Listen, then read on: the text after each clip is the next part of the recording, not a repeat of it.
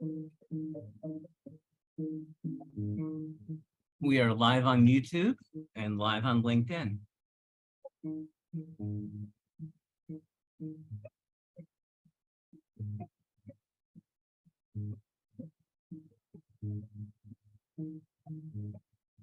We are live on YouTube and live on LinkedIn.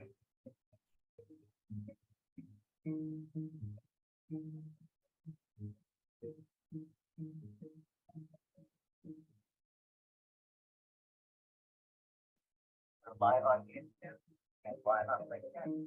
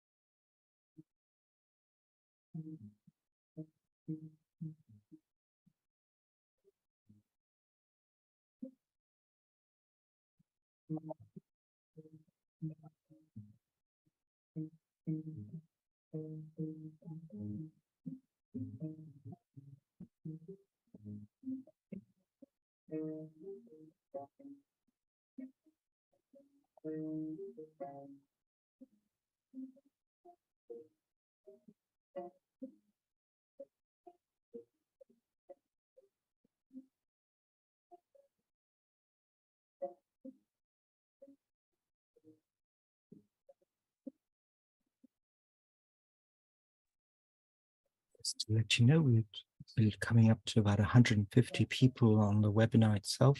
That's before the top of the hour, so we'll be starting in a minute.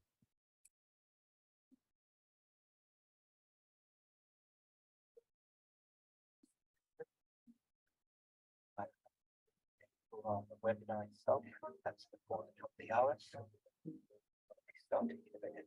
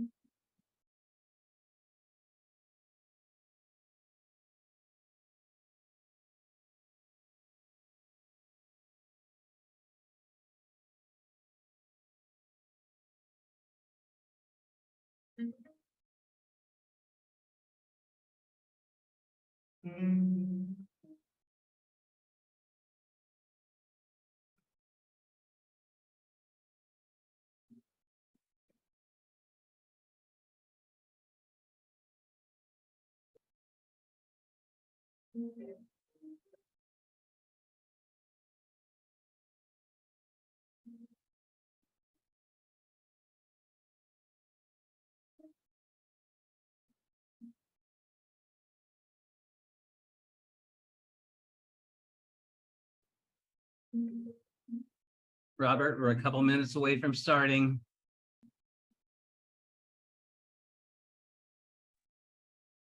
Ready when you are, Gerald.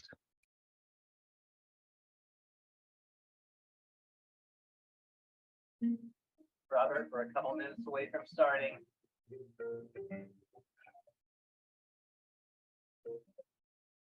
Ready when you are.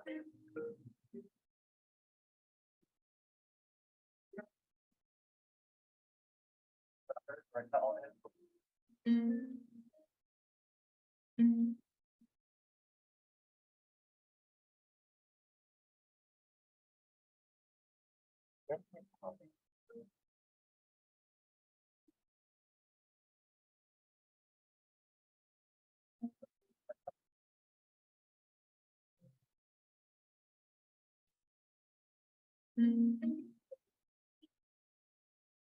Okay, Robert, I think you can open up the house and let people in. I'll turn down the music. We already have 300 people on the webinar itself, Gerald, so you can Okay. go ahead and start off. Good afternoon, everyone. Good evening to some of you and good morning to the rest of you. Thank you for joining us for the Artificial Intelligence Innovation Summit. My name is Gerald Hammond, and I founded Solution People about 30 years ago. And we have a lot of communities on LinkedIn that are interested in powerful presentations. And you're going to hear them today.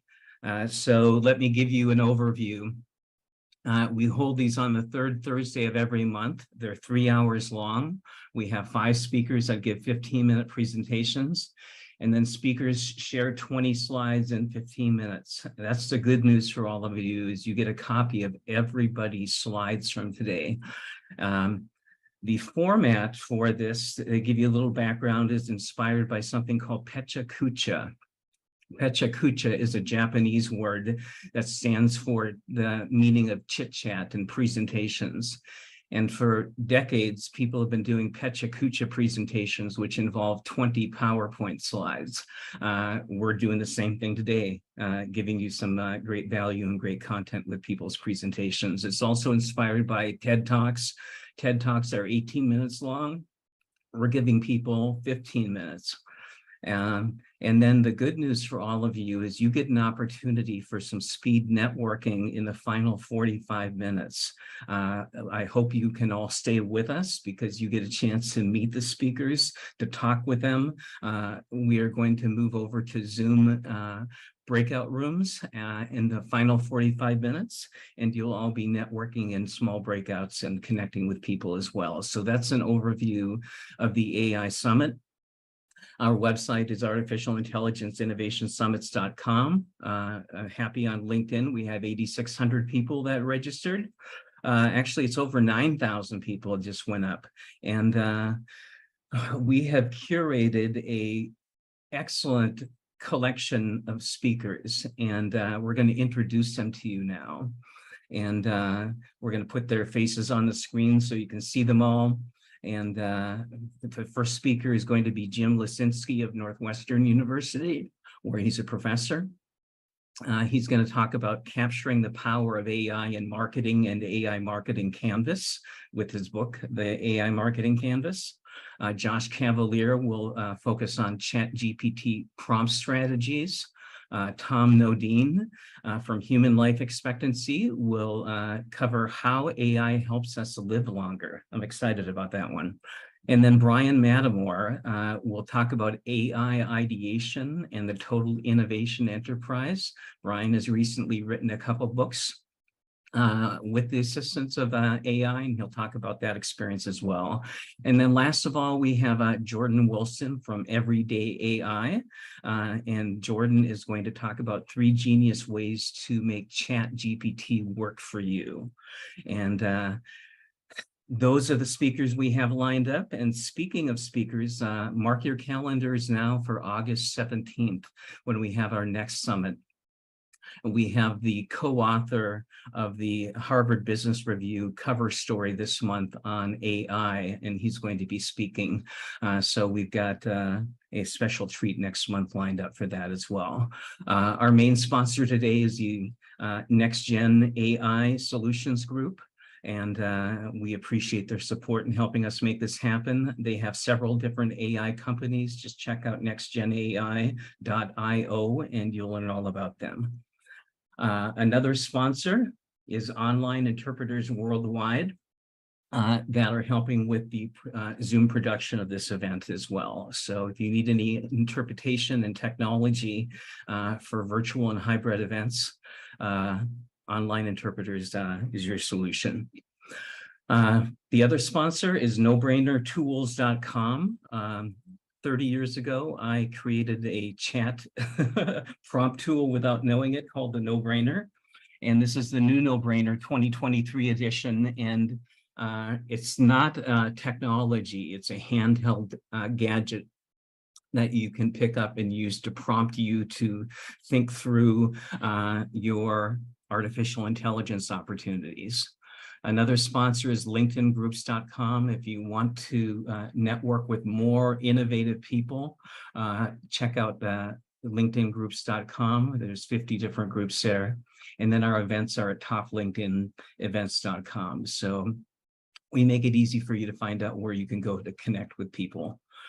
So at this point, we are fortunate to have a professor from Northwestern, Jim Lecinski, who's going to cover capturing the power of AI with the AI marketing canvas. So Jim, you have your 15 minutes.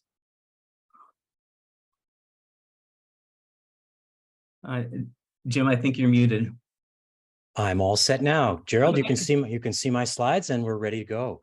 Well, thank you. Hello, everyone. I am Jim Lecinski from the Kellogg School of Management here at Northwestern University. And my short talk today is going to be about how to use and apply the power of AI into marketing, into your marketing toolkit based on the research and frameworks in my book, The AI Marketing Canvas.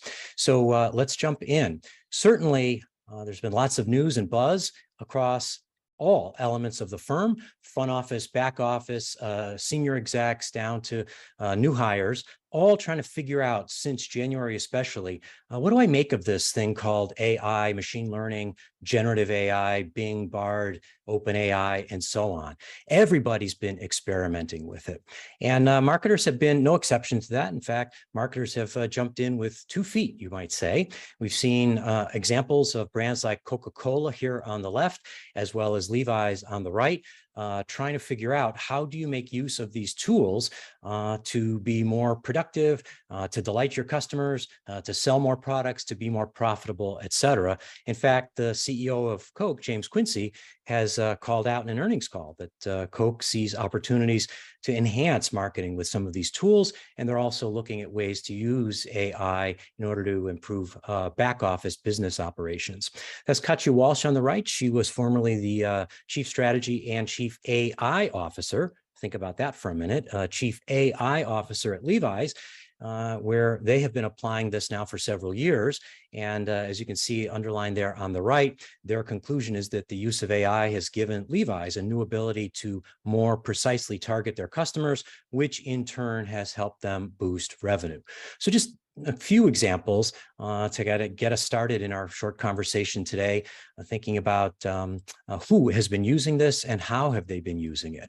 But our overall hypothesis and the outcome of the research for the book was that marketing has a significant opportunity. Marketers have a significant opportunity to apply these AI tools, and we'll talk about some of them, to do what we're tasked with as marketers, and that is to build brands, drive profitable incremental growth, and gain a durable competitive advantage along the way. So let's think about how that is the case. Well, we have to start by thinking about what actually machine learning is. Machine learning, of course, a subset of artificial intelligence. Machine learning as a computer science technique can be especially good at classifying data groups, could be images, could be groups of text, could be data points, could be sounds even, but classifying those and then making predictions about future instances. So, I've shared with you here, I'm sure you've seen this, the kind of now very famous, is it a Chihuahua face or is it a blueberry muffin that we've all seen? And, as a human, you look at this and it takes you a minute to find your sea legs, so to speak, but, pretty quickly you can figure out which is which. And if you stop to think about how you know this, it's not because you're writing a program with if-then statements. You're not hard coding something in your mind as a human saying, if the ratio of two top dots to the bottom dot is greater than 1.35x to 1, therefore it must be a Chihuahua. No, you're doing this just because you've had lots of what computer scientists call training data. You've seen hundreds or thousands of Chihuahuas and dogs in your life. You've eaten maybe hundreds or thousands of blueberry muffins, so that you're able to use those historical examples in order to then, when I show you something on the right that you've never seen before, you look at that and you're able to now classify that muffin or Chihuahua, make some predictions with high accuracy. Now, that's all fun and interesting with muffins and Chihuahuas, but us as marketers, if you think about it, doing this kind of thing all day long.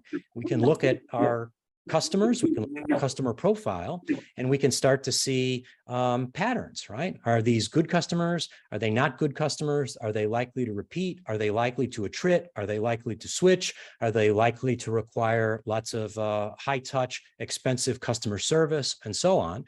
And so we can use machine learning to help classify those customers. And then we can also use it to make a prediction when we interact with someone who we have not yet seen before. We'll call that person a prospect, right? When she might come to our website for the first time, call our call center for the first time, interact with a salesperson for the first time. Is that prospect then likely to be, based on machine learning pattern recognition and prediction, is that prospect likely to be a good customer or not a good customer, someone who's likely to buy or not likely to buy, and so on. So you can start to see that these computer science techniques have direct and relevant application to marketing. In addition to classifying and predicting, machine learning, as you know, can also generate new data, new content. Here, we're specifically talking about generative AI, tools like ChatGPT from OpenAI or Bard from Google, where these tools take as their training data a set of text. We might call that a prompt. And we've got some excellent speakers following me who are going to talk much more about this. But based on that prompt, it tokenizes the prompt into a series of word fragments translated to numbers, and then predicts or produces the result of that. So if I said 1357, the machine would probably come back and say 9. If I said Mary had a little, the machine would come back and say lamb. If I started saying, write a tweet for me, I am the Pop-Tarts brand manager and we want to announce a new product, it can come back and do something like that as well. So you can see from how these tools work from a computer science standpoint that they're particularly well suited to what we do as marketers.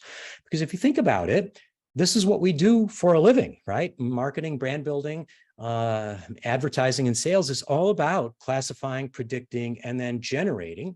So what we're trying to do is to predict what is the right product, the right offer, the right time, the right channel or medium, the right tone, the right creative to the right prospect in order to get them to take the next step in the path to purchase in the customer journey. Now, when I say this, that's often a little bit of a head scratcher for marketers because we don't usually consider ourselves in the business of classifying, predicting, and generating. That's sort of a computer science lens as to what we do. But truly, that is what we do. And, we've always done it with a combination of experience, intuition, history in the field, history in the trade, assisted by some data. Could be data from focus groups. It could be data from a spreadsheet.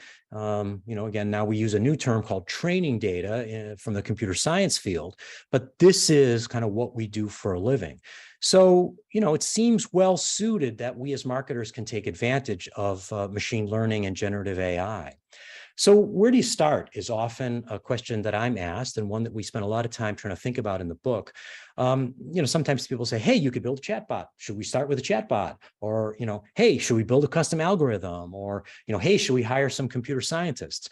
No, actually, the best place to start, the best practice, is to start with a business problem or opportunity rooted in classification, prediction, or creation.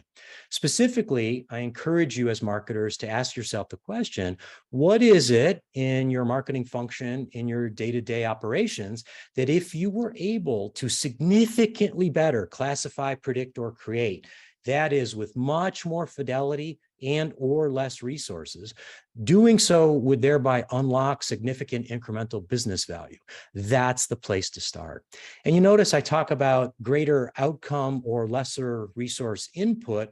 We often think about applications of these tools in marketing from either an efficiency and or an effectiveness standpoint.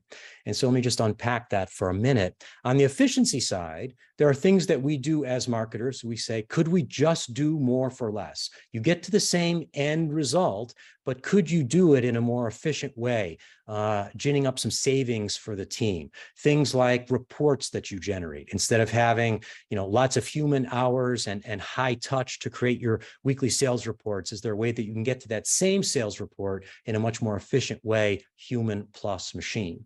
Alternatively, on the effectiveness side of things, now we think about what your customers actually see. The ads, the messages, the emails, the calls, their experience when they call your customer service or file a ticket with you. How can we make those things much more relevant, personalized, and delightful for our customers, such that their net promoter scores, their customer satisfaction scores, and ideally their transactions and profitability go up with us? So start with the problem first, not trying to apply, the so-called tool or shiny object to a problem. So let me show you a few use cases or examples of where we can apply artificial intelligence in marketing. And I've just on the left here picked 9 of the most common things that we do as marketers. You sort of start out with a market segmentation and a customer segmentation, and then you try to figure out who are your prime prospects for targeting. You uncover some insights among that target group. You develop your products. You put together some advertising, marketing communications message. You put those out through a media buy in places that your customers will see: Facebook, Google, Instagram, TikTok, wherever. Then customers interact with you if they've got some customer service kinds of challenges or concerns, and then you measure and optimize along the way. So just a quick run through how AI can help in all of those areas. In the world of segmentation and targeting, we're all used to, kind of looking at, I'll call it small data, MRI data, customer data, focus group data, et cetera, and trying to select who's our prime prospect. Alternatively, we can feed millions of rows of customer information into these models and use some techniques like k-means with a factor reduction analysis or Gaussian techniques, and have the machine actually identify for us what are the 2, 3, or 4 customer segments that actually cluster most naturally our customers. And then from there, if we want to try and figure out some kind of trends, we can use some tools that are out there. Here's one I like very much called Trend God, where you can go in and you see here, I said, tell me about the future of laundry detergent. This is just one of many purpose-built tools that has ingested lots of research reports and now can come back and tell us what the trends are. You can do the same looking at trends in flavor profiles. IBM and McCormick are doing this to create the next big flavor. What comes after sriracha and wasabi in product development? In chatbots for customer service, you can see that Kia, both for chatbot on their site, but also as an ad unit, is now letting you kind of interact with what kind of vehicle are you looking for? Is it for your family? Is it for work, et cetera, and identifying specifics there. So that's a pretty cool application of AI. When it comes to personalized advertising and site content and optimization, Google just announced a new product called Product Studio, which lets you take your product hero shot and then create thousands of different versions of that, backgrounds, headlines, text, etc., to show in your Google 360 display ads.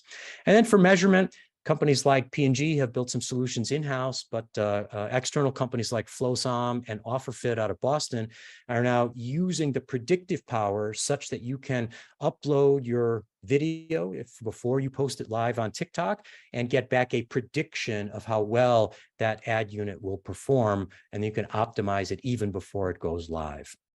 So what we're talking about here is something of a marketer's exosuit, right? It's human plus machine, you, Dr. Tony Stark, plus your Iron Man suit to get to a better outcome. And what we're talking about here then is that increased vector, modern marketing, as we'll call it. The gap between that and human plus small data, human plus keyboard is where we believe from our research you can really gain that competitive advantage. And we're seeing that. Here's some empirical results. This was from a McKinsey study released earlier this year, and you can see sales and marketing I've highlighted in the middle, but across all activities firm-wide, you see firms that are adopting AI are on average getting about a 6% effectiveness gain and about a 9% efficiency gain. And those who have the biggest gains from that same McKinsey study are those that have a clear roadmap, a plan for how to implement this. And so for our research for the book, we spent a lot of time thinking about what is the plan or the roadmap? How do marketers go from zero to superhero, if you will, implementing AI?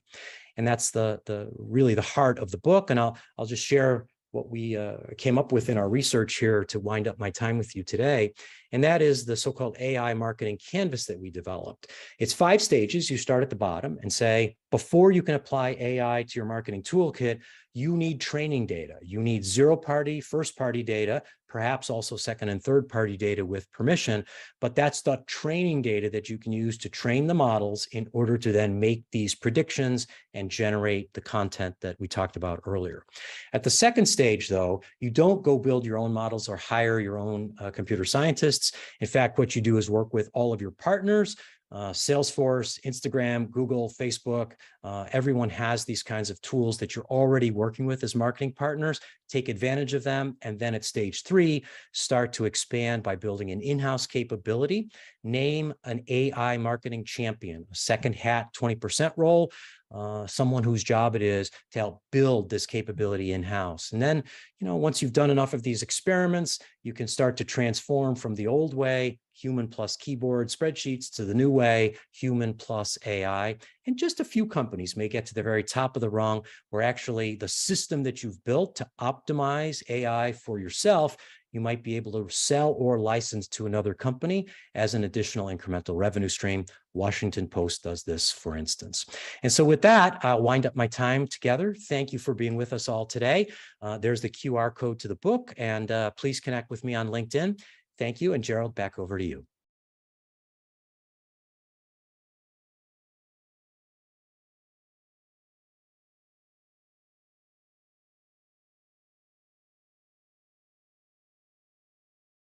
Gerald, could you unmute, please? Sorry about that audio issue. Thank you, Jim. That was an outstanding 15 minutes. You were right on time. And, it makes me wonder what one of your lectures at the university must be like. Someday I'll have to sit in the back of the room and watch him.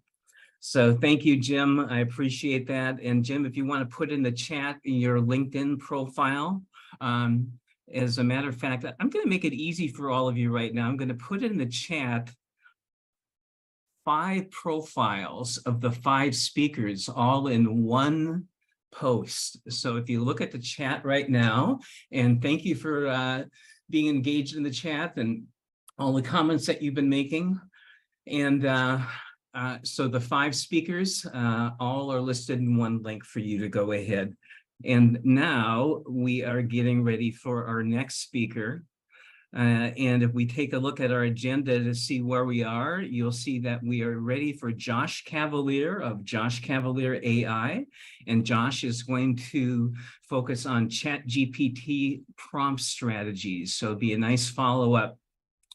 So with that, let's welcome Josh. Hey, thanks, Gerald. And hello, everybody. Really quick, just a little bit about myself. As Joe mentioned, I'm the founder of JoshCavalier.ai. I have been in that role now for about 8 weeks. So I just left corporate.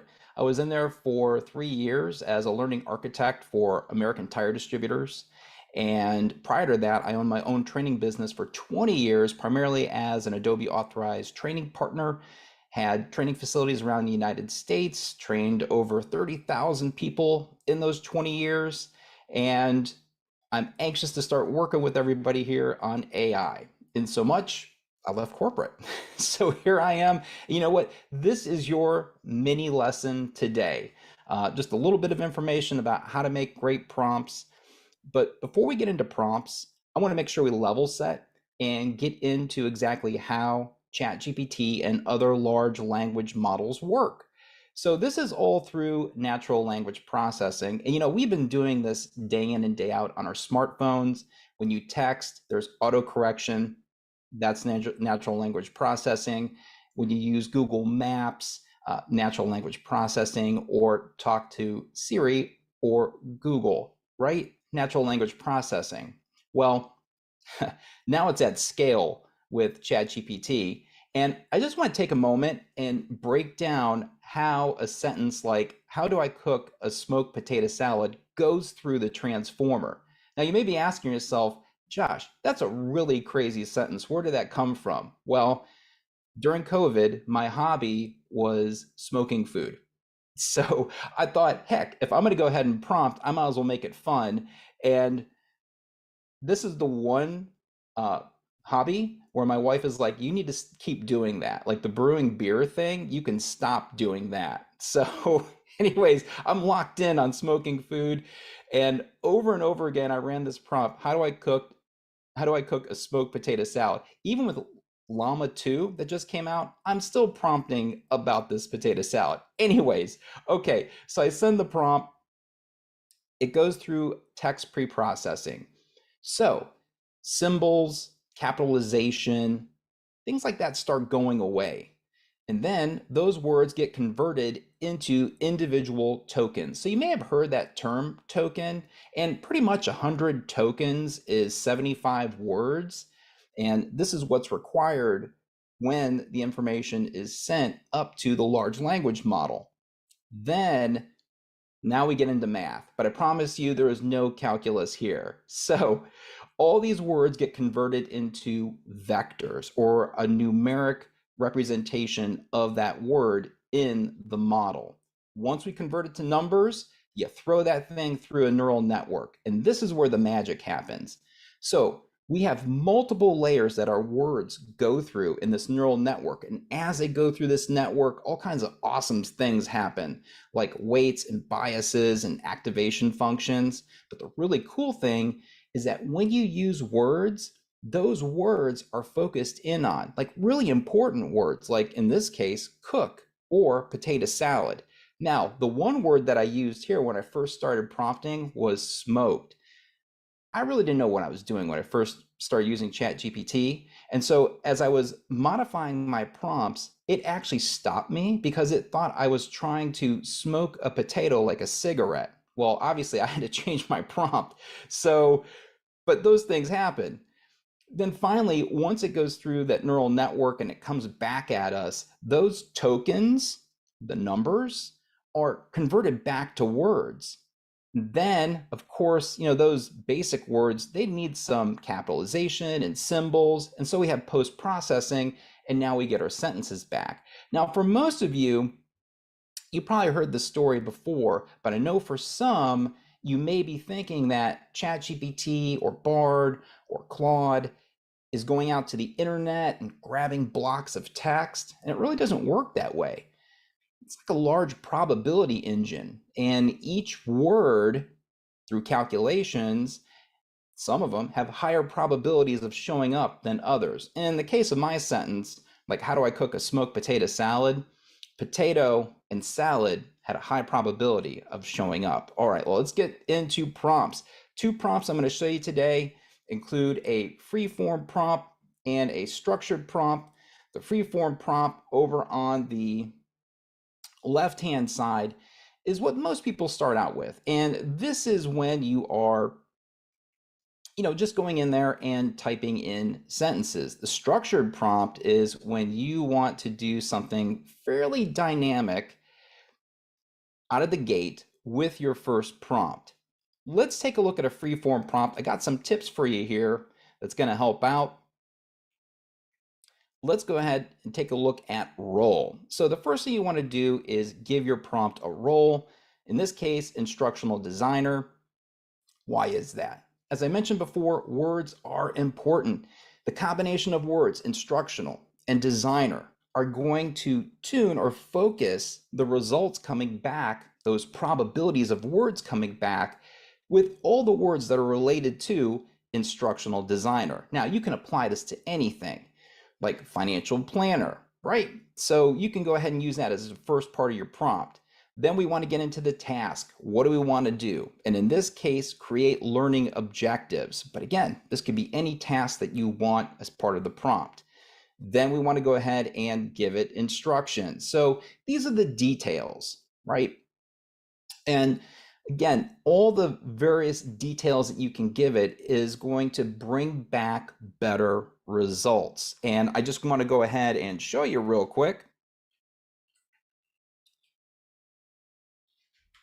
Sorry. Sample prompt here. So what I'm going to do is I'm actually going to go ahead and take that prompt and throw that into chat here real quick so you have that, because everybody likes a free prompt. But again, that formula can be applied really to anything. And so you can go ahead and copy that prompt that's in chat currently, give it a shot, obviously change it up to whatever you need it. Okay? Excellent. All right. So the other one is a structured prompt. Hey, if you're not a programmer, don't worry. Okay. So even though this is looking a little intimidating, putting structure into prompts really helps in regards to maintaining your prompts or sharing prompts with team members. So think about writing a large prompt and you need to go in and tweak or make adjustments. These large language models are changing day in and day out, and so should your prompts. But if you work in a team and you use a prompt that is a bunch of sentences or paragraphs, it may be difficult to modify or change. That's the reason why we use structure. So that example, same concept in regards to finance, looks a little bit like this. So here we have a format called a Tracy prompt: task, role, audience, create, and intent. And the response here is way deeper and better than our prior prompt, the freeform prompt. Now, either one's going to work. It really depends upon your objectives and what you're trying to do. So let me go ahead and give you that. I'm going to put that in chat, and now you have an example of a structured prompt. The structure that I gave you is called YAML, which for non-programmers is probably easier than another structure, JSON, which I use also. All right, so now you have those two. Now, the reason why we want to create a great prompt is something through what we call a prompt sequence or a prompt chain. If you start with a great prompt, those additional prompts are going to create awesome content all the way throughout the chain. So if you have a horrible prompt and you have some bad, response from ChatGPT or another large language model, well, that you might have to work harder in that chain to get what you're looking for. So we always want to start with a really good prompt that's going to bring back words that we need in that response, and then continue prompting through that chain. All right. Sorry, and so there's the graphic on the prompt and the results. Some other ways that you can prompt: generate text, name entity recognition, text correction, text classification, text summarization, question answering, and language translation. Tons of different things that you can do with ChatGPT that you may not be aware of. So more than just generating text, for instance, if I have a report of instructors and scores from that instructors or feedback from that instructors. I can use named entity recognition to find a certain instructor and get information back.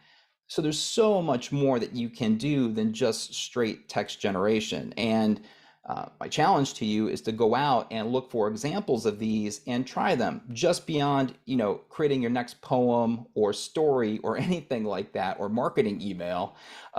Get out there and try some of these other techniques.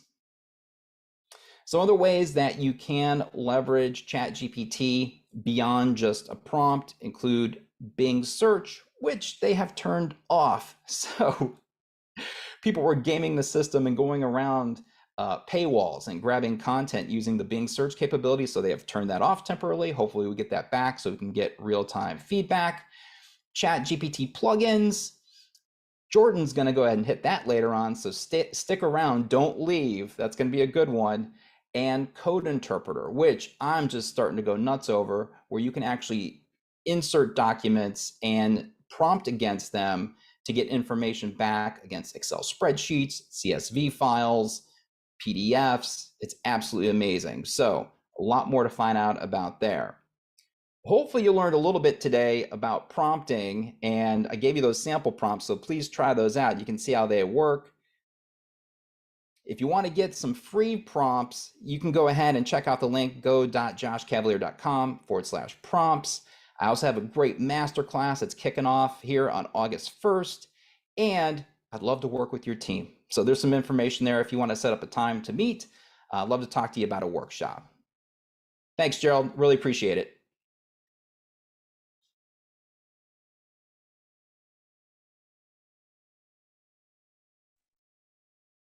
Gerald, we need to grab your microphone, please.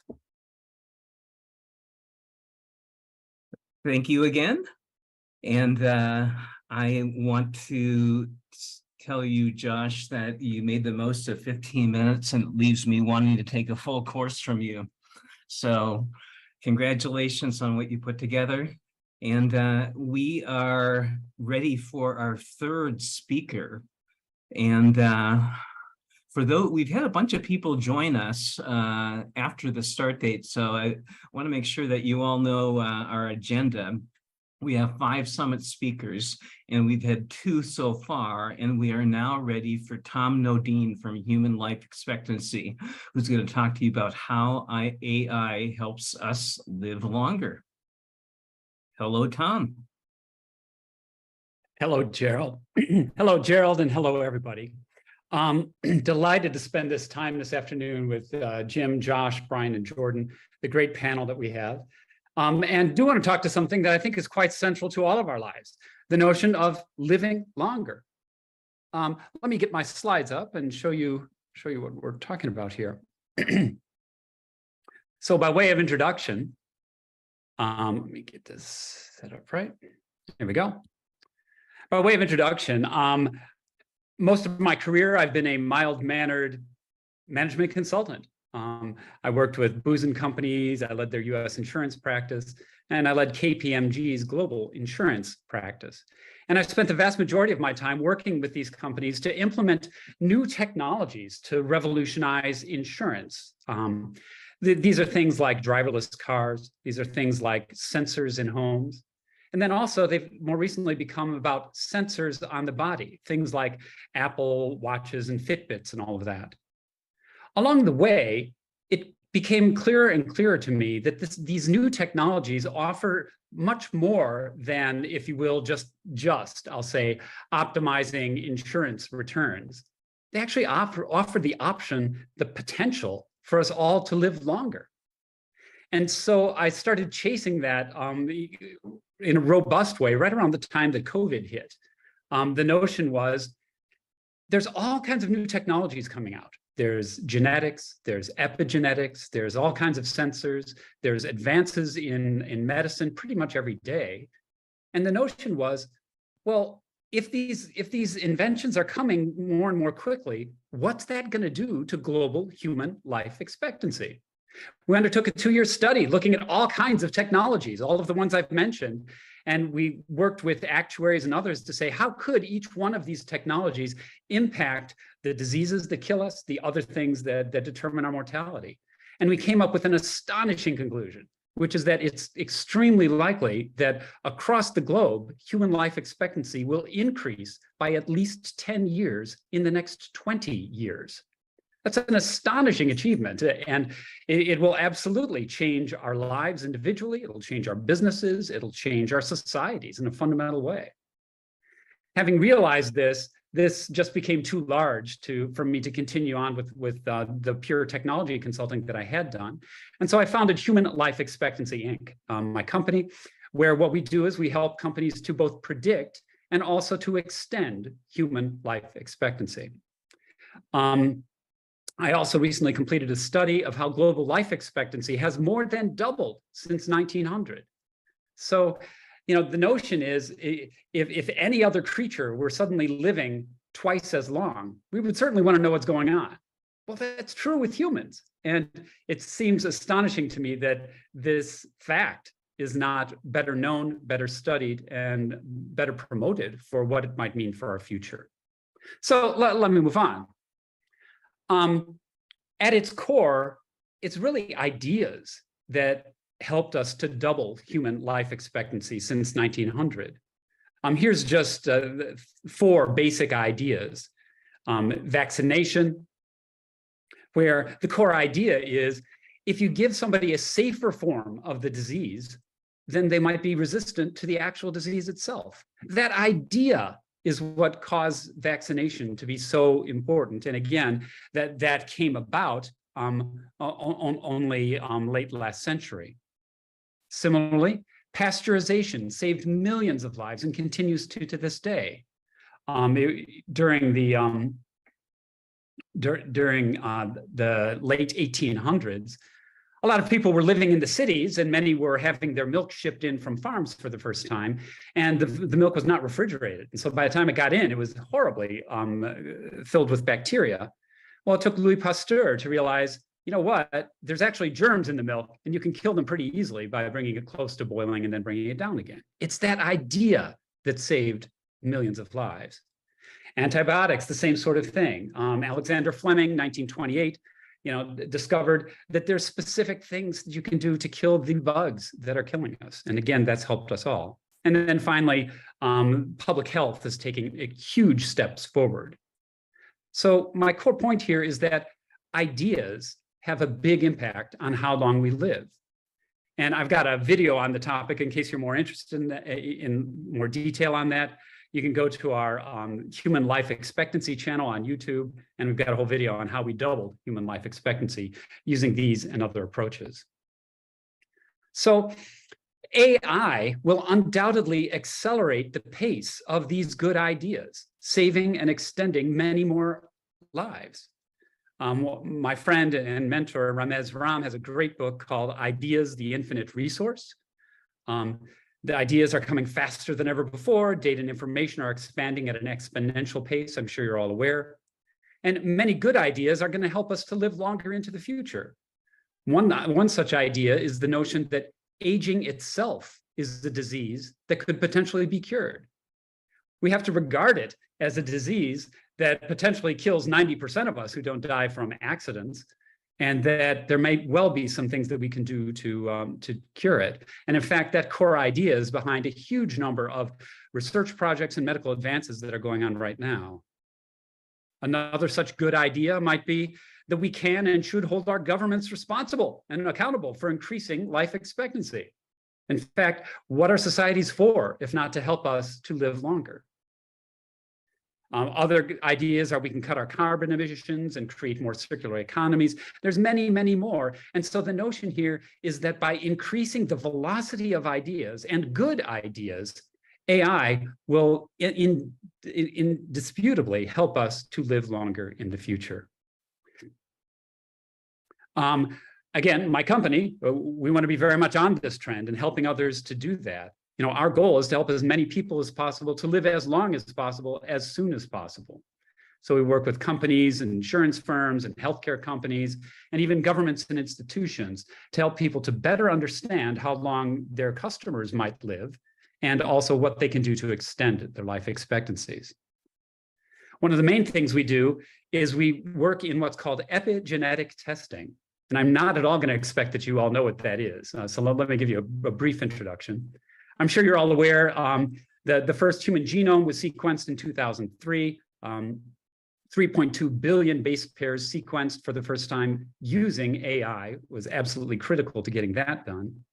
But in some sense, it was a little bit of a disappointment. I think many of us thought, I certainly thought, that once we could read the book of life, we would know everything we needed to know, and a lot of health benefits would come very quickly.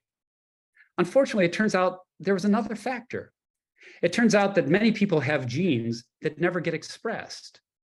And so the notion is, what is it about the gene that causes some of them to be expressed and some of them not? So scientists started looking around the surface of the genome, the epigenome, the outside of it, for chemical reactions that could act to mute or accentuate the underlying genetic code. And that is the science of epigenetics. And unlike genetics, epigenetics changes dramatically based on your age, whether you smoke or not, whether you drink or not. In some sense, our bodies are even more magnificent than we thought they were. Not only do our genes evolve generation by generation as we have children, but even within our lifetimes, when we do something, for example, when we smoke, which I'm not necessarily recommending, but when we smoke, what our body does is goes, whoa, what did you just do? And it throws a whole bunch of switches on your genome to cause different genes to be expressed. And so based on that, you can use machine learning to look at the epigenome and identify smoking behaviors. You can identify drinking behaviors, alcohol, and very importantly, you can also identify biological age, which is what we have on the slide here. Biological age is basically something that can be different than your chronological age. And of course, the objective is to be young for your age. Have your body be younger than the number of years that you happen to have been alive. And now, really, for the first time, there's a robust test that can give you a biological age. And since what can be measured can be optimized, we now, for the first time, are in the position of being able to test which interventions have the biggest impact for which people on slowing their aging or even reversing their aging. So it's an extremely exciting time. Massive amounts of data and AI machine learning are necessary to assess which interventions are going to work best for which people. Knowing which interventions do the best job of reducing aging or slowing aging for people of different age, different sex, different smoking status. What's required here is a large number of people doing an initial test and then doing some sort of intervention and then doing a test afterward.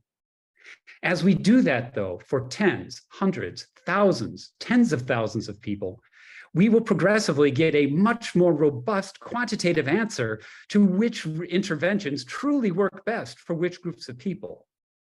As you might imagine, health insurers are extremely eager to master this technology and be a part of this. And very importantly, it could not happen without AI and machine learning. So very much to the point of our talk today, this technology really makes this happen because scouring across the 3.2 billion CPGs, as they're called, on a genome, for which epigenetic signatures correspond with which behaviors and which improvements is something that no individual mind could come even close to doing. So AI and machine learning is critical. I did skip over a slide. My teammates will be mad at me, but there is a slide in here about how our team contains some world-renowned machine learning and AI experts to help us in this quest.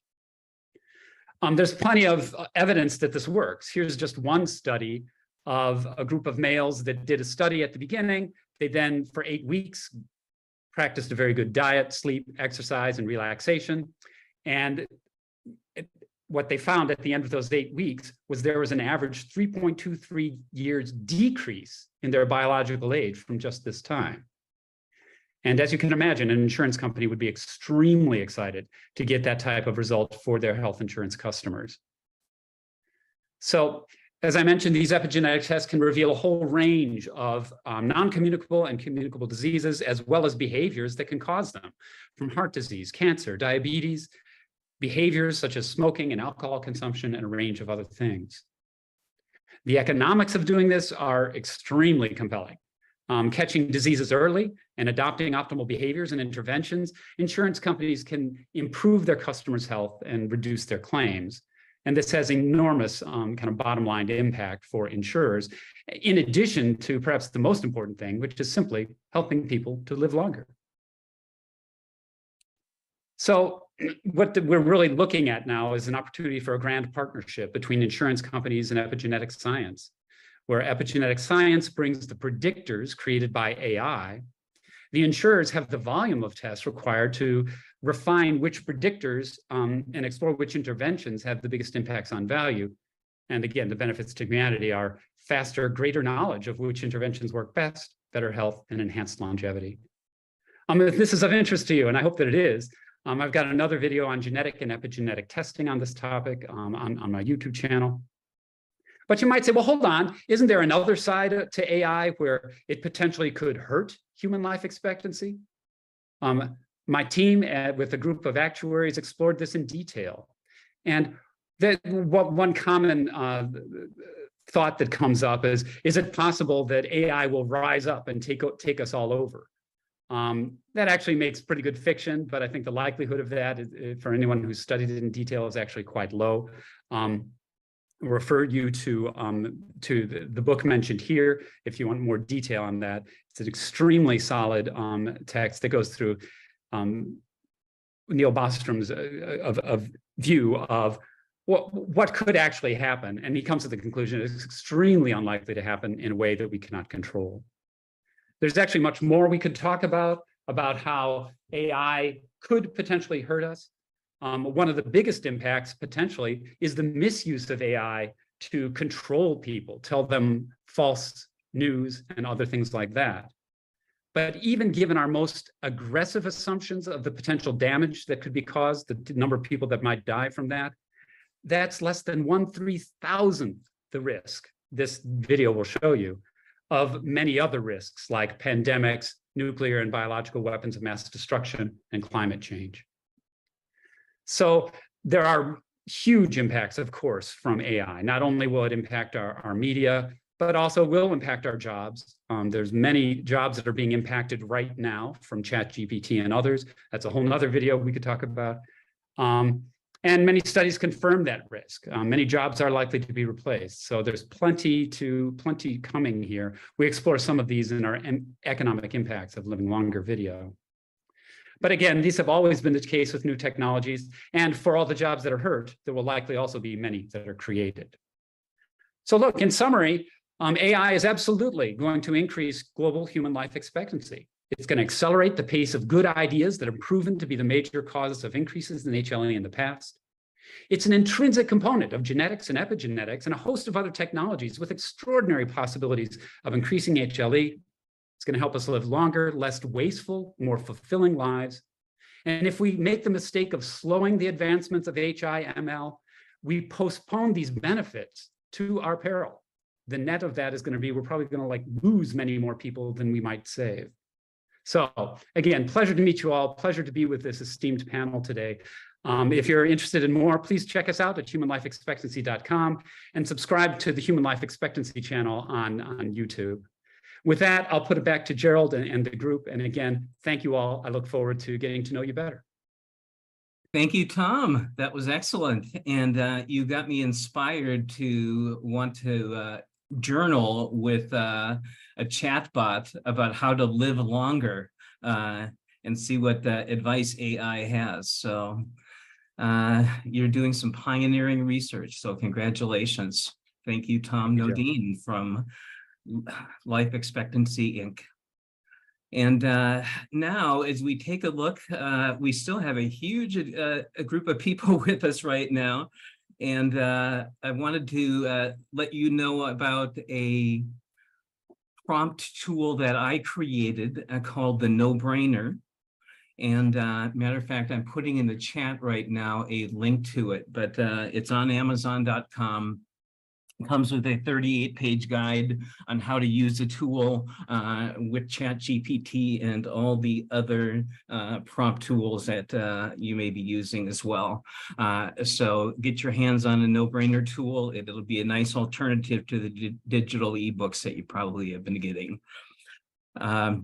We are now moving to our fourth speaker, Bryan Mattimore from Growth Engine. And Bryan is going to talk about AI ideation and the total innovation enterprise. Bryan, how are you? I'm great, Gerald. Thank you for having me as always. I want to share my screen here. Yeah, I want to talk about AI ideation and the total innovation enterprise. I know I need to do a little bit of level setting on both of these, but just quickly on my background, I've run a 23-year-old innovation agency, a boutique innovation agency based in Stamford, Connecticut, and we're asked by our clients to come up with new stuff. And I'll talk about how that relates to the total innovation enterprise in a second. And it could also be creativity training workshops, which are, you can imagine, they're tremendous fun. So let me level set here, two kinds of innovation. Innovating for growth, and Jim talked about this a little bit, and also efficiency and process innovation. And so, innovating for growth, that's probably 80% of our work in our innovation agency, new business models, new strategies, new products, of course, and even creative ways to do acquisitions, et cetera. And then the total innovation enterprise is the notion that we can use creativity to be much more efficient, right? And so this is cheaper, better, faster, et cetera. At the end of the presentation, I'll mention a way we've reinvented suggestion boxes to help everybody do that. So that's the level set on a total innovation enterprise. There are two facets to this, right? The second level set here is I need to talk about the different kinds of ideation techniques that we use. And we use dozens and dozens and dozens, and literally hundreds when you customize them to the particular challenge that we're working on. The four areas of ideation are questioning techniques, metaphorical techniques, visual techniques, and fantasy techniques, right? So the questioning techniques, Excuse me, Bryan. Yeah. Are you sharing your slides? Because Yeah. is it the rest of you seeing them? Okay, if he's sharing the slides, keep going then. Okay. No, I can't see them. Bryan, can you just reshare them, please? Sure, absolutely. Let's see. These. Yeah. Okay. There we go. Okay. Is that appropriate the way it's being shared? Yes. Okay. All right. So, again, we've got these four areas of ideation techniques, and let me just make sure. And I'm going to hit four of these for you guys, just with real-world examples. Okay. So the first one here, I want to talk about selling and how would you use these ideation techniques against selling challenges, and specifically, right, against and how you might incorporate ChatGPT or AI programs with that. All right. So we got a call, this was quite a few years ago, from a company called Catholic Knights Insurance Company. They were asking us, how do we sell more life insurance to Catholics? And of course, you're saying they only sell to Catholics. And yes, they only sell to Catholics. They've been sued by the Jews and the Muslims and the Buddhists, but their charter is held up. And we went out there, we did a couple of days of ideation with them. And this was the big technique. This is the problem redefinition technique. And the way it works is you find a subject, a verb, and an object. Okay, a subject, verb, and object in any sentence that you want to, your opportunity statement, if you will. So I'm using this for selling, but you could use it for anything. So step one is then to find the subject, verb, and object and say, well, who else could the subject be? Typically, it's the sales force, right? But now we're going to say, okay, what are other people and other helpers that could help us sell more life insurance to Catholics? And you'll see there I listed about 10 of them. Now, this is where AI comes in. It can help you generate those, right? So you don't even have to generate these. You could say, give me 50 we's here. Okay, so that's on column one. Column two, your second prompt is come up with different ways to talk about selling. And you can see I've got more creative ways. I've got 10 there. But with AI, you could say generate 50 different ways to talk about selling. And then finally, the object in this sentence, there are actually two objects. One is life insurance and one is Catholics, right?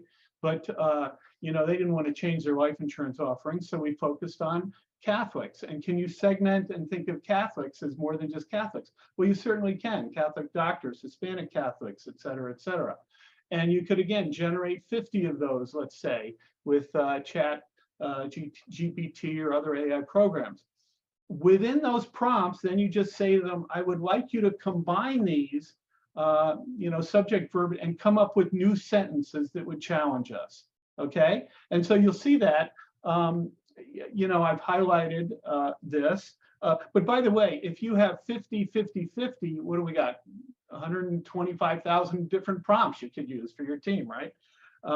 So here we go. So how could friends of Catholics be incentivized to sell life insurance to Catholic school families? And you'll see that I generated like 50 answers to this. I picked one in particular. Charitable contributions propose that a percentage of the proceeds from each policy sold will go towards supporting the Catholic schools, such as funding education materials or scholarships. This may motivate families to purchase policies knowing it supports their children board. And they could actually do this as private schools. And this is one of the, quote, big ideas that came out of our work. Now, again, this was before AI programs were used, but this came out of my prompts for AI. And that's a really interesting idea, of course. And so the net, when I worked with Catholic Knights, you know, the CMO wrote me 9 months later and said, well, we've increased our sales by 52%, right? So again, now you can use AI programs to help you generate these ideas. All right, so that's example one. All right, example two here, this is in this principal transfer area or metaphors. That was the second area of ideation techniques, right? And and by the way, this is the preferred modality of great inventors throughout history. They transfer principles. You know, Colt invented the six-shooter revolver when he saw the clutching mechanism on a wheel turning, right? Or, you know, there are just hundreds and hundreds of these examples. So anyway, the TRIZ triggers, we use those a lot for our engineering clients, and we're trying to solve manufacturing issues of efficiency and do, you know, come up with better ideas. But if you put into ChatGPT or any of the other programs, you'd say, I'd like you to take the 40 TRIZ triggers and use them to come up with new product ideas, right? And so these are great. By the way, these triggers came from Gerald Altshuler. He was a Russian who hired a team of researchers. They went through 250,000 patents, and from that generated these 40 principles that they used to, you know, come up with new ideas. All right. So I just did 8 of these so you could see them. I picked the 7th one, the nesting principle. That, you know, this is the doll within a doll, the Russian doll within a doll within a doll, and place an object inside another, place the latter inside a third object, and so on. And I was curious if this would work with a non-engineering challenge. And so I picked a challenge from one of our clients. This is Chips Ahoy. We had done work with them along with Oreo cookies. They're owned by Mondelez. And so here's what ChatGPT did. It said, you know, I said, create 6. Actually, it was a lot more than that. It was dozens, but create 6 new Chips Ahoy product ideas using this nesting principle, doll within a doll thing. And you'll see I've listed 6 here of the many that came up: Brownie Better Blast, Double Chocolate Layers, Confetti Cookie, S'mores Adventure, Red Velvet Marble, and Root Beer Float. Of the dozens and dozens and dozens that came out, why did I pick those 6?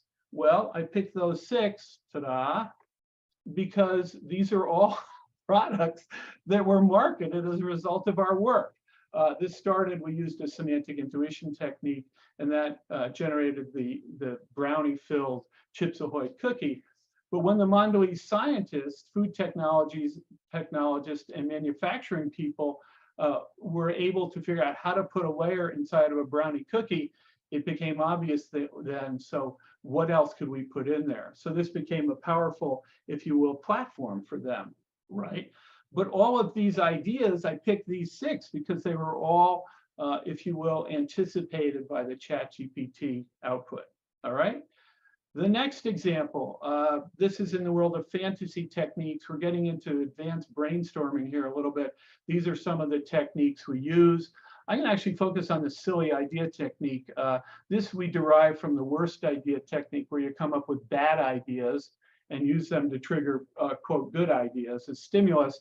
The ASPCA had called us in New York and said, can you, is amazing, can you help us to get New Yorkers to adopt ex-drug dealer pit bulls? I won't go into the full story about that, but talk about a marketing challenge, right? So, so anyway, we've used the silly idea on that and came up with some great ideas. You know, dress them up in costumes and they'd be more likely to be adopted, et cetera, et cetera. Do virtual adoptions, then people would be more likely to adopt. But on this one, I thought, well, let's use the silly idea technique to generate new sustainability ideas. Okay. And I was curious if it would edit itself, and it doesn't even edit itself on silly ideas or worst ideas. If you look at number 4, you know, use fart-powered energy generators. I thought it might get rid of that because it's not, you know, politically correct. And then the idea, of course, is investigate the potential of harnessing, you know, biogas from livestock or waste treatment facilities to generate renewable energy in a unique and unconventional way. But you can see, and again, dozens and dozens and dozens of these ideas. So the notion here is take ideation processes and mash them up to get better questions that you're asking ChatGPT and other AI programs. So here's a fantastic example, in my opinion. This is based on real world challenge. We were asked by another snack food company, not Mondelez, to help them invent new products in their category. And I went into that session with 2 AI exercises. One where I had new forms that were generated. I went in with 400 ideas around new forms. And then I also went with 400 ideas on new flavors. Very successful, terrific session, great. But when I got home, I said, I wonder how far I can push this program, right? I wonder how far I can push this program to, you know, with ChatGPT and AI. And so I said, well, let me come up with 10 different criteria that we could have used in the session. So create 5 new plant-based, healthier, handheld, baked, on-the-go breakfast snacks for kids to compete with Pop-Tarts inspired by French cuisine. Those 10 criteria, and I frankly thought the program would either blow up, you know, my computer would start smoking, or it would say, you know, forget it, pal, we're not doing it. And yet, this is what happened. And so you'll see number 2, nutty croissant roll-ups, taking inspiration from the classic French croissant. These roll-ups are made with flaky whole grain pastry filled with plant-based nut butter and a touch of fruit jam, rolled into convenient handheld shape. They're perfect for on-the-go breakfast, right? I mean, this is pretty incredible, right? So the point here, and this gets into what Josh had said, this prompt stacking, the specificity is really good and really important. Because Gerald asked me to talk about my books, I will. By the way, these are free resources. They'll give you more, you know, creative techniques to solving impossible challenges. I'll go into more detail on some of that stuff. My TEDx talk. The Better Suggestion Box program is on whiteboarding. Also how to develop ideas with billboarding. These are all articles that are available and you can check out. These are some of my books. The Islands of Invention book will come out in the fall. That's how to do better innovation centers. Idea Stormers is kind of the master work on ideation processes. And 21 Days to a Big Idea was just, I don't know how, but it was picked as one of the 60 best business books by 4-minute books. And that's really an exercise, a daily exercise program to come up with big ideas. All right. So here we go. These are the 2 AI-assisted books that Gerald asked me to mention and talk about. Quirks and Quotes. Quirks is available in 4 formats on Amazon, you know, Audible, Kindle, etc., paperback, hardback. That one, I basically got a quirk of famous people, 40 quirks, these are all true. Abraham Lincoln was a trash talking wrestler, right? Or John Quincy Adams wanted to dig for mole people, etc. George Washington was a whiskey entrepreneur, etc. And so then I had them, AI said, write a song, write a poem, write an essay, etc. And that's what that book is. So it's really fun, right? This new book, Quotes, which will come out next week on Amazon, I think is really great. I guess I'm a tad biased, but I took 41 quotes and I said, okay, take a quote. So George Patton's quote was, never tell people how to do things, tell them what to do, and they will surprise them with your ingenuity. Then I said to George Patton, I said, well, why did you say this? And there's a wonderful essay about why he said this. And then this is the really creative part. I said, what are some creative ways we as leaders can embrace Patton's idea about leadership at work?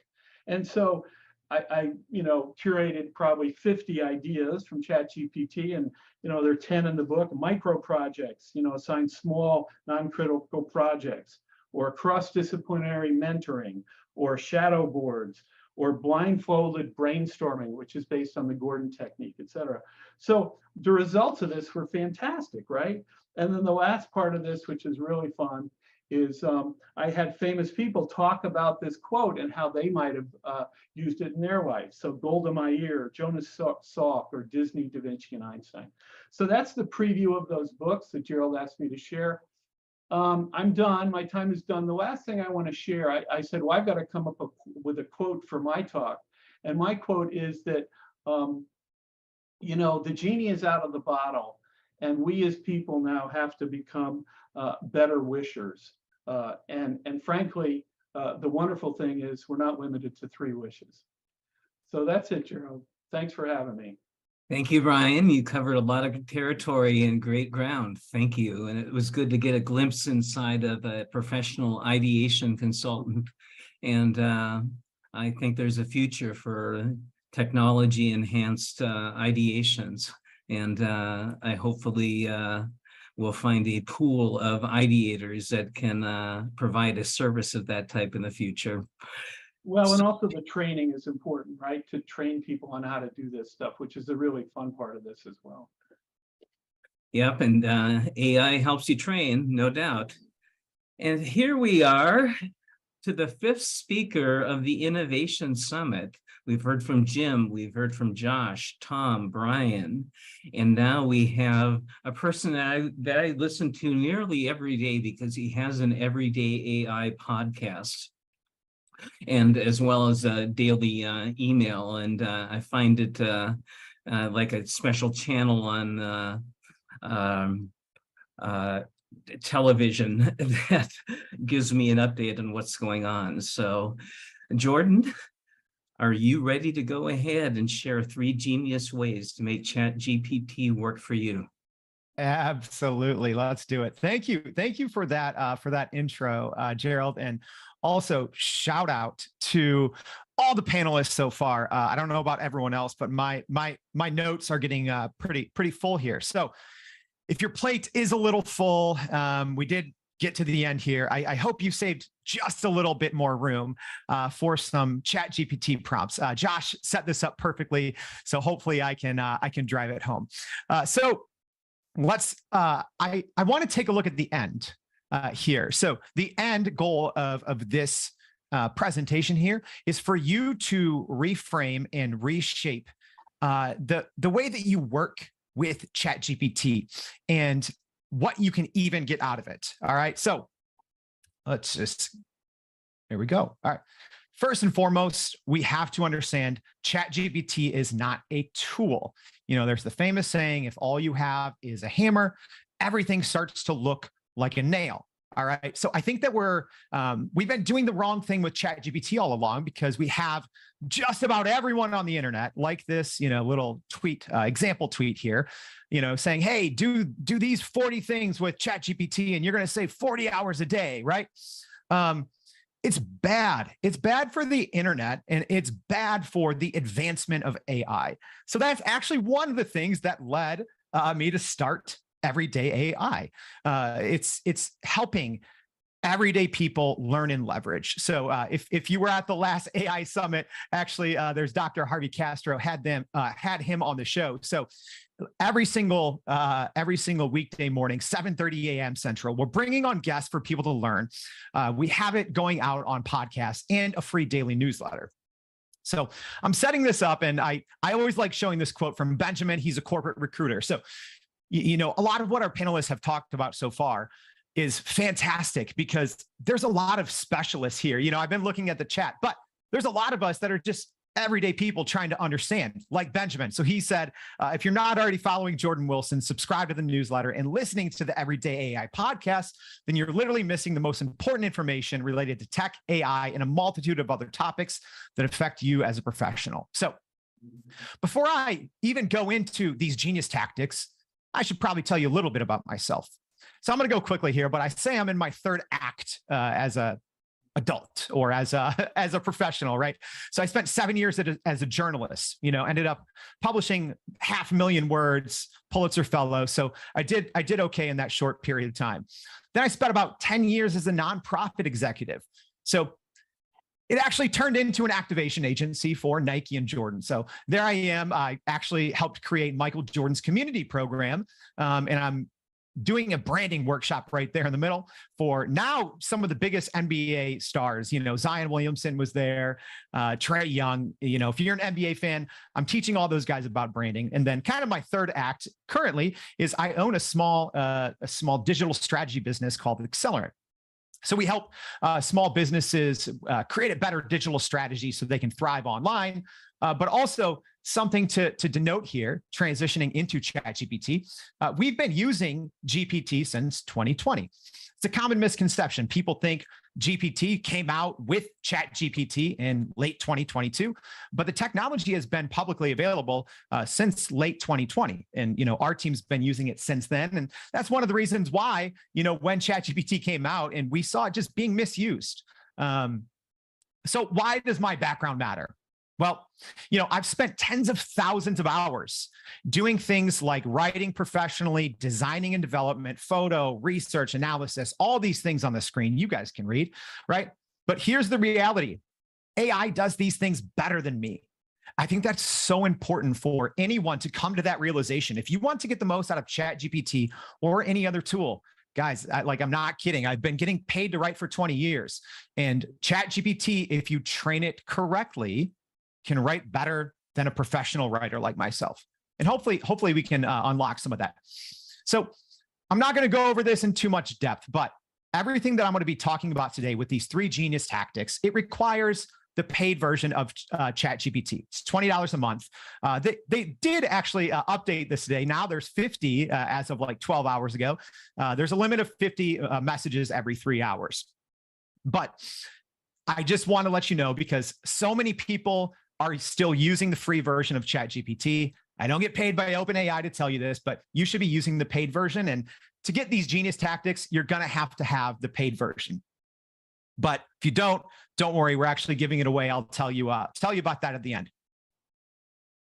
So what are these genius ChatGPT tactics, right?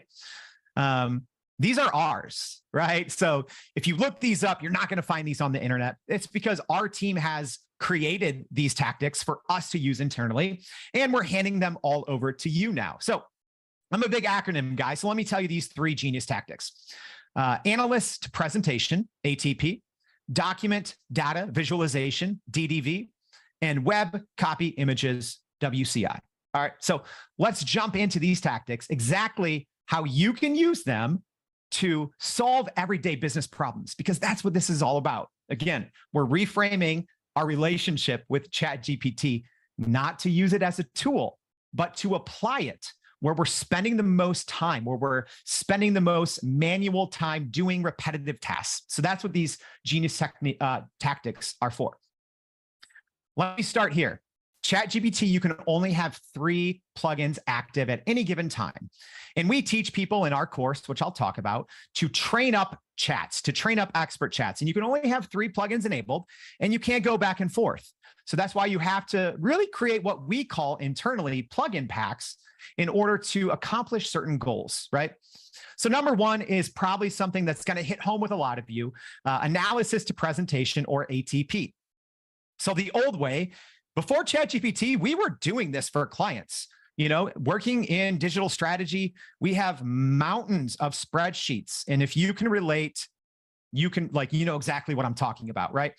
So in this example, think of, you know, having to spend so many hours scouring spreadsheets and going from a spreadsheet to just human language, then to some sort of pitch or presentation. Again, these are things we did all the time. And it routinely took 3 or 4 of us, sometimes up to 40 hours or more for one important report. That's the old way. The new way, 3 to 5 minutes. I'm being generous because I think it even takes less than that. So who is this for before I show you how it works? Really anyone. If you're working with data, anyone can use this. So whether you're a data analyst, an SEO specialist, a real estate appraiser, when you get these slides, you can actually read these. These are real use cases for different positions. So again, we're trying to make this as applicable as possible to the everyday person. So even just this one tactic alone can be applied to so many different jobs, different professions. And again, these are our internal tactics that we're actually sharing these for the first time. Haven't even shared these on the Everyday AI show. So something special for the summit guests. So here it is. All right. This probably looks a little crazy, but stick with me here. We're going to walk through it. All right. So the top 2 screenshots here are from ChatGPT. This is the prompt. Disclaimer. Do not prompt like this, right? Josh, I think Josh gave us some great tips early on, but the way you should be prompting is never one giant prompt. This is just for illustrative purposes, because if I showed you our actual prompts, it would be like 50 screenshots, because that's how you should be working with a large language model like ChatGPT. Is you should be going back and forth. You're always going to get better results than these, one-shot prompts. But for illustrative purposes, that's what we've got. So let me tell you how this works. So this is the actual prompt here, and below are the actual results. And when you get this slide, you can actually click this little audio here and listen to it as well. But so what we did in the bottom left is we took this Google Analytics makes some data publicly available. So there's hundreds of thousands of data points. So in this prompt, we combined these different plugins. Again, you have to be very strategic with the plugins. So in yellow here in the prompt, you can see where we call these certain plugins. So anything in yellow is just native GPT commands. In green, we've enabled the Google Sheets plugin, so we can talk to Google Sheets and grab all that data. In red, we are using the internet. That's important. Josh mentioned this. Is they did take away internet access, but with the correct plugins and with the correct prompts, you can still access up-to-date information past September 2021. Otherwise, ChatGPT's knowledge base cuts off in September 2021, which isn't very useful for most of us, right? And then last but not least, in this big prompt, we have this blue plugin, which is text-to-speech. So again, to recap, one prompt, we wouldn't use it this way, but for illustrative purposes, goes from hundreds of thousands of data points straight into the middle here, which is a actual report and describing slides. So you could even use this to make a pitch deck as well. But what we did is with one more plugin, one more call to this plugin in one prompt, we created audio. So that's crazy to me, right? And you can, mix and match these, but for ATP, this is our example. It's a great way to even just, if you want, listen to important data on your way to work, right? All right, genius tactic number 2. Again, these are ours. We're sharing them with you. DDV. So this is, I think, maybe the most applicable of all the tactics that we're going to share. Think of this. You have a huge PDF to read. Maybe it's dozens or hundreds of pages. And you have to grab important information, maybe data out of there, and you have to tell a story from a PDF to maybe some data to maybe you're pitching something, right? So the old way, maybe it took 5 to 15 hours depending. The everyday AI way with DDV, 1 to 2 minutes with this plugin pack. Again, you have to use these because you can't go back and forth, add, delete, modify, switch. At least not now, maybe someday. But we're using a chat with PDF, export CSV plugin, and a diagramming plugin. This is for so many people.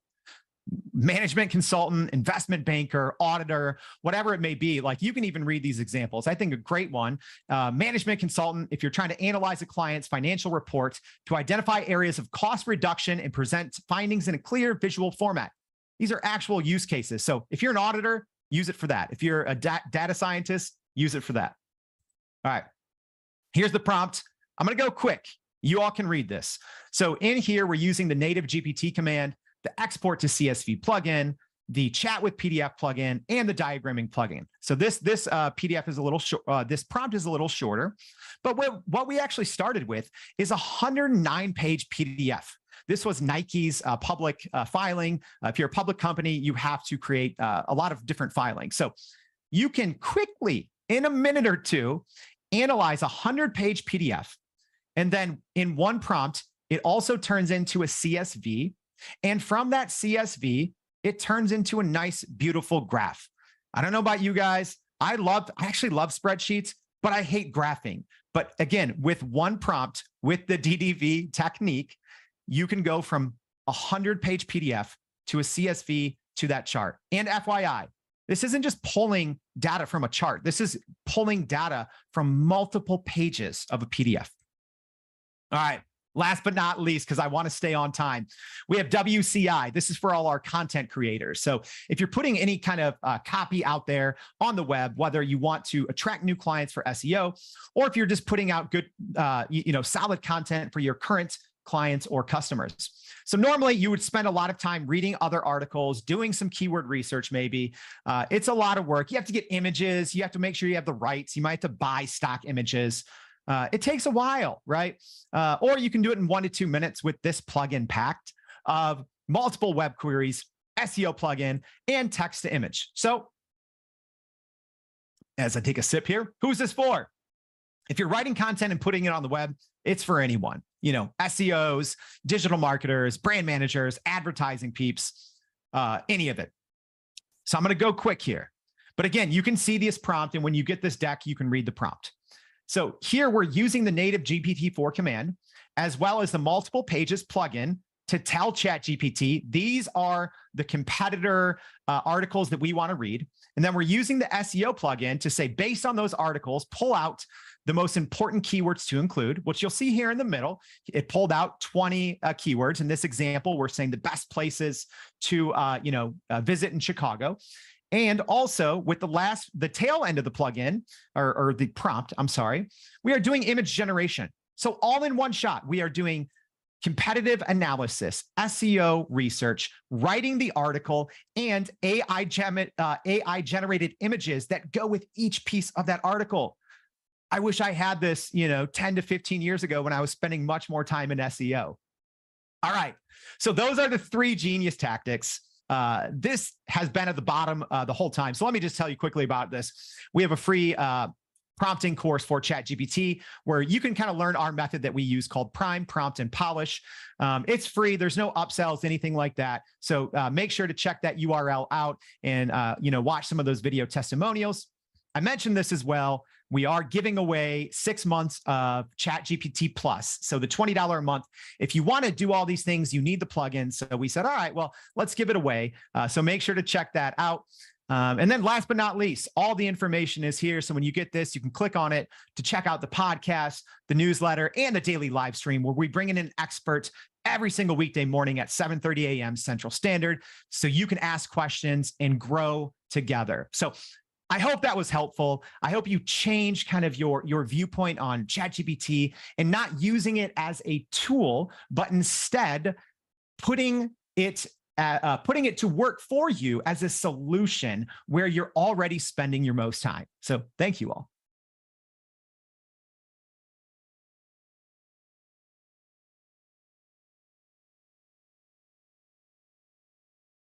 Thank you, Jordan. Right on time. You made the most, and 3 breakthrough strategies. I like them. And Thank you. I encourage all of you to look in the chat right now, because I'm putting a very important link in the chat that you'll want to copy. Matter of fact, we're going to be finishing up in just a few minutes and going into speed networking. So I want to encourage all of you to copy the chat into a separate document. So if you're interested in capturing all the posts that people are making, now's the time to go ahead and do that as well. And if you want to see Jordan Wilson's slides that he just went through, they're literally available for download now. So all the slides, and then next week you'll be getting an email, and we'll be sending you individual video links to all the different speakers as well. So we've made the most of our time together today. And I know some of you have been up for a very long time, and I appreciate you staying up in the late hours. And I looked at the registration roster, and we had 26 different countries that were registered as well. And as you know, we do these on the third Thursday of every month. We've already got our speakers lined up for next month. And as I mentioned before, we have the author of the Harvard Business Review current cover story on AI and creativity. So we'll have a great group of people. And if you take a look at the last bullet on the screen right here, you will see it is now time for speed networking on Zoom. And because we have such a large audience today, we're meeting on Zoom webinar.